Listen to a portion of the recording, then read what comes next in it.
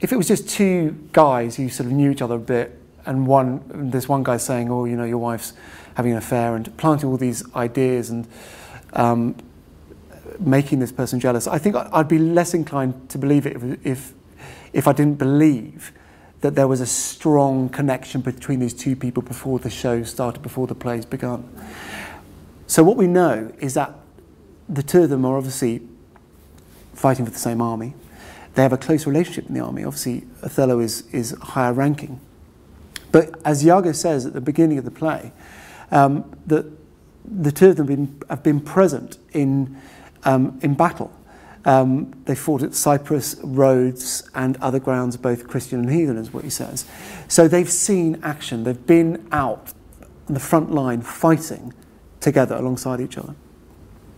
And presumably at that time, you know, if you've survived all those campaigns, that must make you a pretty good soldier and pretty fearless, pretty courageous. And the two of them have survived together. They've probably relied on each other. You know, they've literally survived alongside each other, trusting each other with their lives. And that suggests a bond which is very special. The comradeship amongst soldiers, very, very strong bond. And that, I think, helps to, in my mind at least, to explain why Othello is so willing to believe so quickly everything that Iago says, and why Iago is so hurt.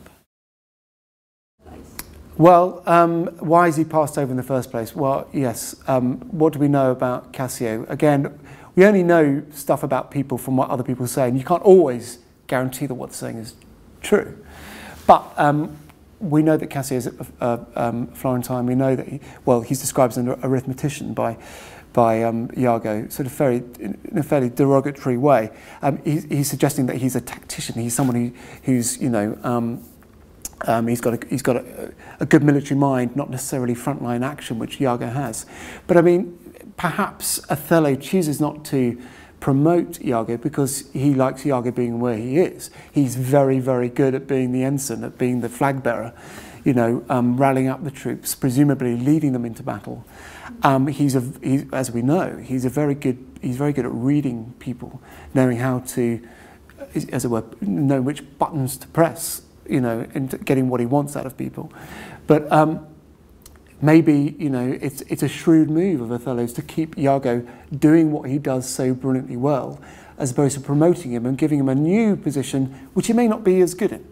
He's brought somebody in who's quite different to Iago, who's presumably got different skills. That doesn't help Iago at all. Iago still feels overlooked and feels that he should be rewarded for it. To go back to this idea of